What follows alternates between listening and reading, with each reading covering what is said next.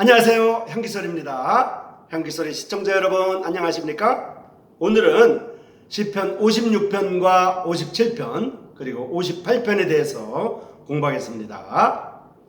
시편 56편은 내 슬픈 눈물을 주님의 눈물병에 담아주소서라는 제목이고요. 시편 57편은 내 영혼이 새벽을 흔들어 깨웁니다 라는 제목이며, 시편 58편은 달팽이와도 같고 가시나무와도 같은 악인들의 운명에 대한 내용입니다. 자, 그러면 시편 56편부터 공부를 시작하겠습니다. 자, 시편 56편은 이미 말씀드린 대로 내 슬픈 눈물을 주님의 눈물병에 담아주소서라는 제목이라고 말씀을 드렸습니다. 먼저 시편 56편 8절을 읽어보겠습니다. 주님은 나그네 된 나를 보살피사 내 눈물을 주님의 눈물병에 담아 주십시오. 그렇게 주님의 책에 적혀 있지 않습니까? 라는 내용이 시편 56편 8절에 기록되어 있습니다. 눈물을 주님의 눈물병에 담아 주기를 빌고 있습니다. 나그네 인생에서 경험하는 고난의 모습을 설명하고 있습니다. 나그네가 안정 없이 불안한 날을 보내듯이 염려와 위험에 넘치는 혼란의 순례의 길을 걷고 있는 것을 설명하고 있는 것입니다. 눈물을 병에 담는다는 것이 실제로 어떤 일을 말할까요? 로마 사람들이 죽은 자를 위하여 가족이나 친족들이 운 눈물을 담아서 장례식 때 병을 가지고 그 병에다 넣어서 그 시체와 함께 묻었던 것이 고대 무덤에서 발견되었다고 합니다. 그러니까 로마 사람들이 죽게 되면 로마 사람들의 가족이나 친족들이 와서 장례식을 치르는데 죽은 로마 사람의 가족이 흘린 눈물들과 죽은 로마 사람의 친족들이 흘린 눈물들을 한 병에다가 모아가지고 그 모은 눈물의 병을 죽은 로마 사람의 무덤에다가 같이 묻었다고 하는 내용입니다. 여기에 눈물병이라고 하는 것은 로마 사람들이 사용한 것과는 다른 것입니다. 여기에 나와 있는 눈물병이라고 하는 것은 로마 사람들이 사용했던 눈물병과는 달리 이스라엘 사람들이 사용했던 가죽부대를 말하고 있습니다. 이스라엘 사람들은 술이라든지 기름이라든지 우유라든지 물이라든지 이런 것들을 넣는데 가죽부대를 사용했습니다. 억울한 순환 중에서 흘린 눈물과 함께 그의 슬픔과 고통을 하나님께서 관심해 달라는 그러한 뜻입니다. 사람의 일용품인 귀중한 것을 가죽부대에 담듯이 슬픈 눈물을 보배를 간직하듯 하나님의 눈물병에 담아서 불쌍히 여겨달라는 그러한 뜻입니다. 밤마다 눈물로 내 침상을 띄우며 내 요를 적신다는 시편 6편 6절의 내용은 하나님께 자신의 슬픔을 표현한 내용이 되겠습니다. 또 시편 42편 3절에 있는 내용도 내 눈물이 주야로 내 음식이 된다는 것도 슬픈 심정을 이해해 달라고 하는 내용입니다.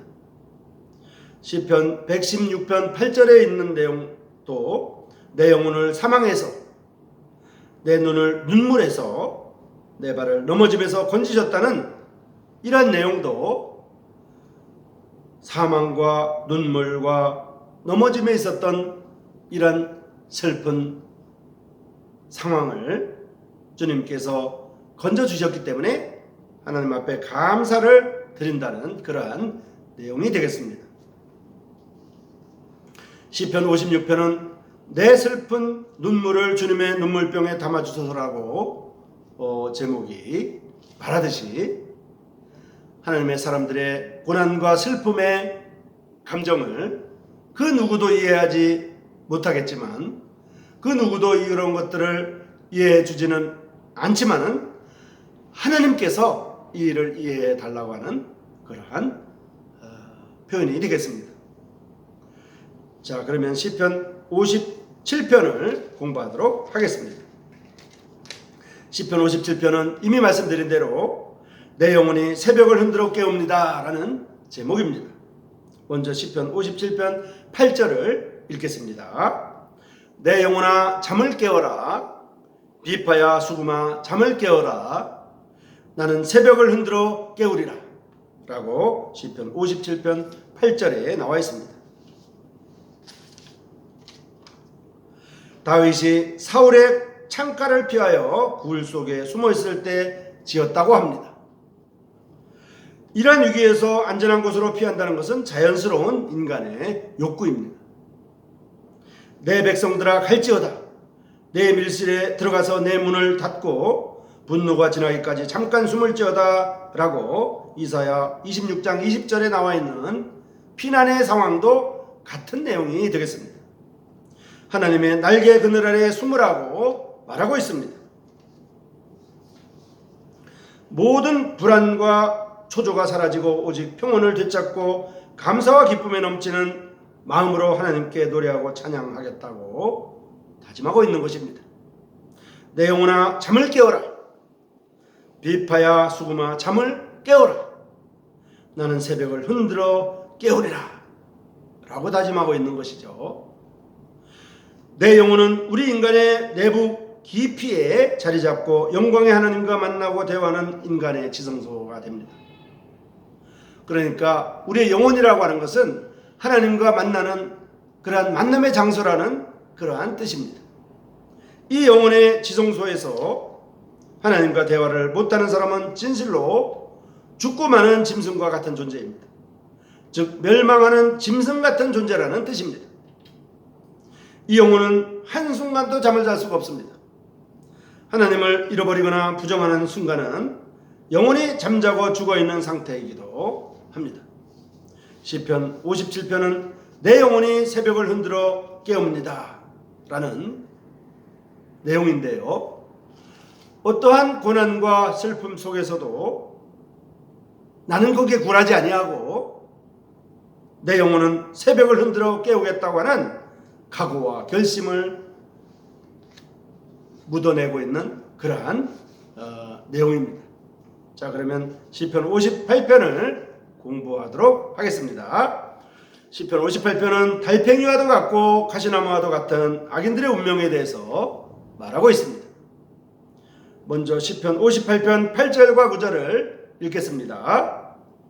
몸집이 줄어지는 달팽이 같게 하시고 뜨거운 회리바람에 불려가는 싱싱한 가시나무 같게 하소서라는 내용이 시편 58편 8절과 9절에 나와 있습니다. 정의를 행해야 할 사람이 불의를 행하고 공평하게 판단해야 할 사람이 편법되게 판단하며 진실하게 일을 처리해야 할 사람이 임기응변적으로 해쳐버릴 때 의로운 사람이나 정직한 사람들은 고민하지 않을 수가 없습니다.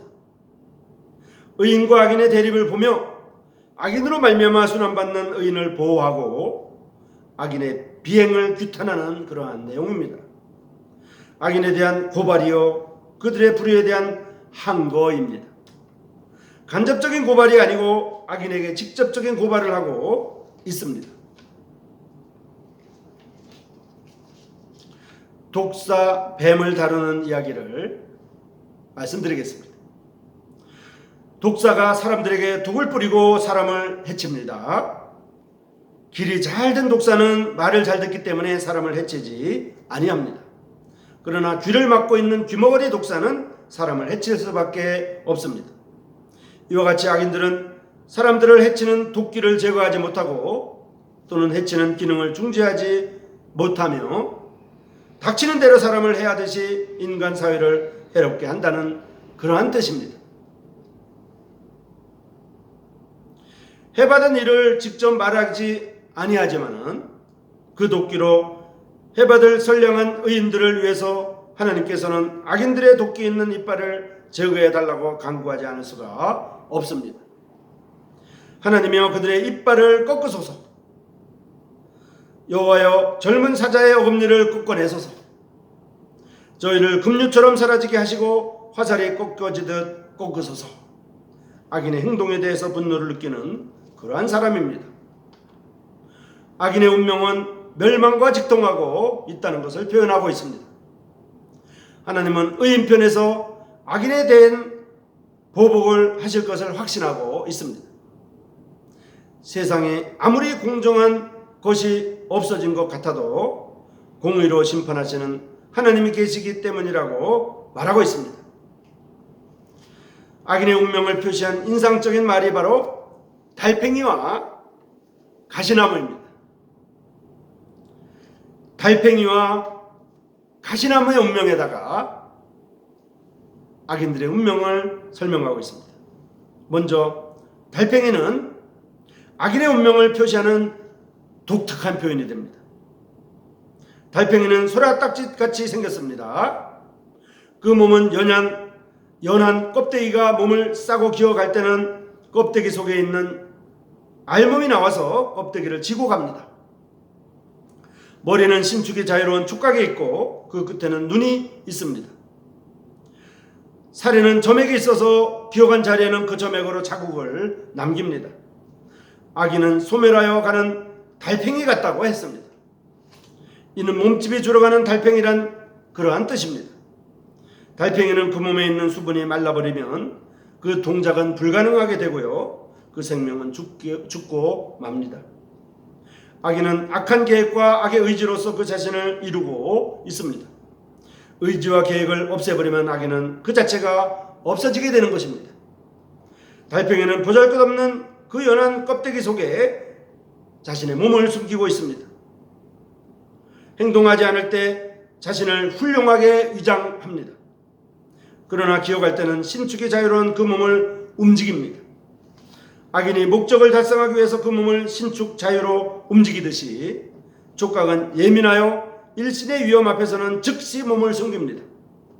악인은 적대자에 대한 신경을 달팽이 촉각처럼 예민하게 움직이는 것입니다. 지나가는 곳마다 달팽이가 점액을 남기고요. 기어가듯이 점액을 남기면서 다니게 됩니다. 달팽이는 몸의 위험을 그 껍데기를 짊어지듯 지고 다닙니다. 자, 이제 가시나무에 대한 비유를 보겠습니다. 가시나무의 운명을 악인의 운명에다가 비유한 것도 참으로 독특한 표현입니다. 가시나무는 날 때부터 남을 찌르기 위해서 있습니다.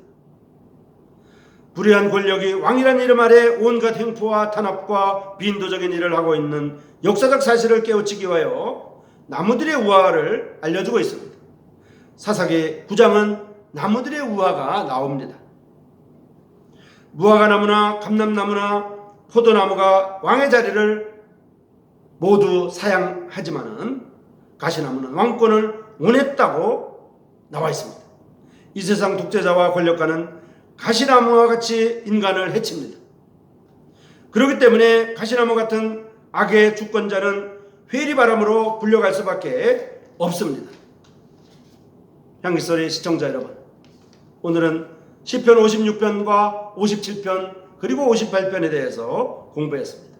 시편 56편에서는 내 슬픈 눈물을 주님의 눈물병에 담아주소서 라고 말하듯이 하나님의 사람들의 슬픔과 고난의 삶을 하나님만이 알아주시기 때문에 하나님의 눈물병에 우리의 슬픔을 담아주소서라고 구하고 있습니다.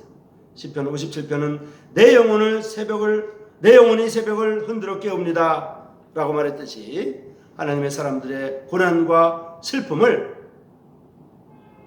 그 가운데 머무르고 주저앉는 것이 아니라 오히려 내 영혼이 새벽을 흔들어 깨우겠다고 하는 각오와 결심이 나오고 있는 것입니다. 그리고 시편 58편은 달팽이와도 같고 가시나무와도 같은 악인들의 운명, 악인들의 그 죄악상에 드러나는 그러한 운명들을 보이고 있습니다. 가시나무와 같이 다른 사람을 찌르는 것에 그의 삶의 표현들이 나타나고 달팽이와 같이 그 악인들의 흔적들이 계속 점액으로 묻어나오는 이런 모습들이 악인들의 가시나무와 같은 운명이요 달팽이와 같은 운명이라고 볼 수가 있습니다. 향기소리 시청자 여러분, 오늘은 시편 56편과 57편 그리고 58편을 공부했습니다. 시청자 여러분 평안하십시오. 그리고 다음 이 시간까지 안녕히 계십시오. 고맙습니다.